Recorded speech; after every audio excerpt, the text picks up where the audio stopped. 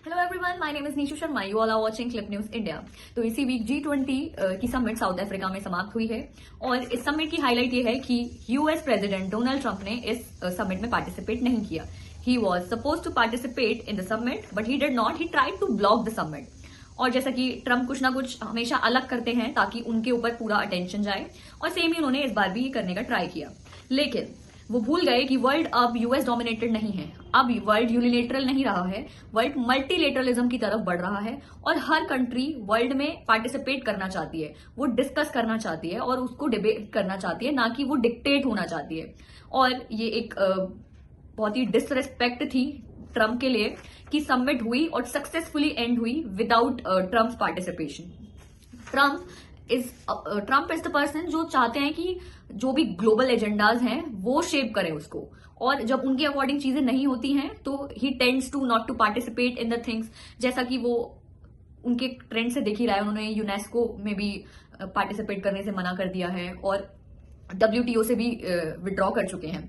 तो यहां पर भी वो ग्लोबल जो भी एजेंडा थे वो शेप करना चाहते थे। और आपको बता देते हैं कि इस समिट के पहले दिन पर ही ज्वाइंट डिक्लेरेशन साइन हो गई थी, जो कि यूजुअली लास्ट डे पे साइन होती है। ये 2 दिन की समिट थी, लेकिन इस बार साउथ अफ्रीका के प्रेसिडेंट ने पूरी स्क्रिप्ट ही पलट दी।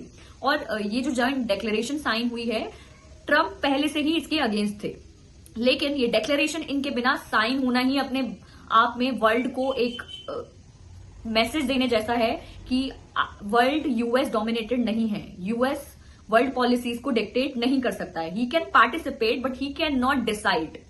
और ये तो थी पहली डिफीट ट्रंप के लिए। और ट्रंप ने इस पूरी समिट को पॉलिटिकल थिएटर बनाने की कोशिश की थी, बट वो उसमें तो अनसक्सेसफुली रहे। और अर्जेंटीना के प्रेसिडेंट काफी क्लोज हैं यूएस प्रेसिडेंट डोनाल्ड ट्रंप के, तो उन्होंने भी स्किप की मीटिंग और उन्होंने अपना एक ऑफिशियल भेजा कि उनकी जगह वो पार्टिसिपेट करेंगे। लेकिन प्रेसिडेंट रामापोसा ने मना कर दिया कि वो डाउनग्रेड नहीं करेंगे G20 समिट के स्टैंडर्ड्स को। अगर उनको पार्टिसिपेट करना है तो उनको खुद से साउथ अफ्रीका में आके पार्टिसिपेट करना पड़ेगा और किसी को ये पार्टिसिपेट करने के लिए अलाउ नहीं किया जाएगा।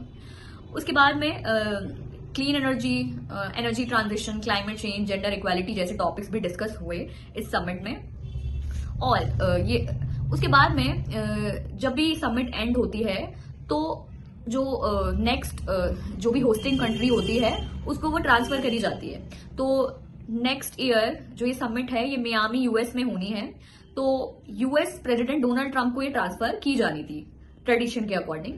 तो जब भी गैवल बैंक करते हैं जो करंट होस्ट कंट्री होती है, तो उसके बाद में वो ट्रांसफर करते हैं नेक्स्ट होस्टिंग कंट्री को।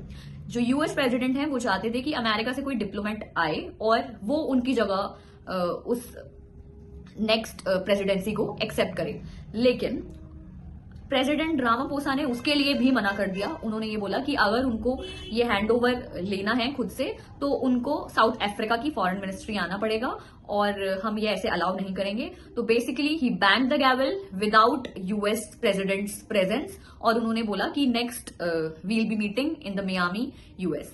और इस तरीके से उन्होंने समिट को एंड कर दिया। तो ये थे 2 बड़े झटके जो कि ट्रंप को इस समिट में मिले।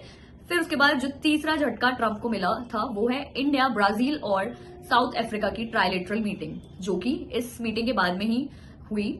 और क्योंकि चाइना भी प्रेजेंट नहीं थे इस G20 की मीटिंग में, तो ये काफी सक्सेसफुली ये मीटिंग हो गई थी। और समवेयर ये मीटिंग पिछले डेकेड में पहली बार मीटिंग हुई है। और ये मीटिंग एक साइन है कि वर्ल्ड मल्टीलेटरलिज्म की तरफ मूव कर रहा है। और ट्रंप के जो ये टैरिफ थ्रेट्स हैं और जो ये ट्रेड में बैरियर्स लगाने की कोशिश करता है वो वर्क नहीं करने वाले हैं। और समवेयर वो भी एक जो ट्रंप का प्रेशर बना था वो भी इस मीटिंग के होने का एक वजह बना।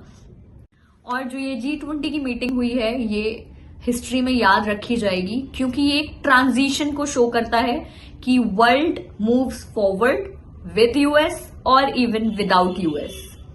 आगे की खबर जानने के लिए हमारे साथ बने रहिए। तब तक के लिए धन्यवाद।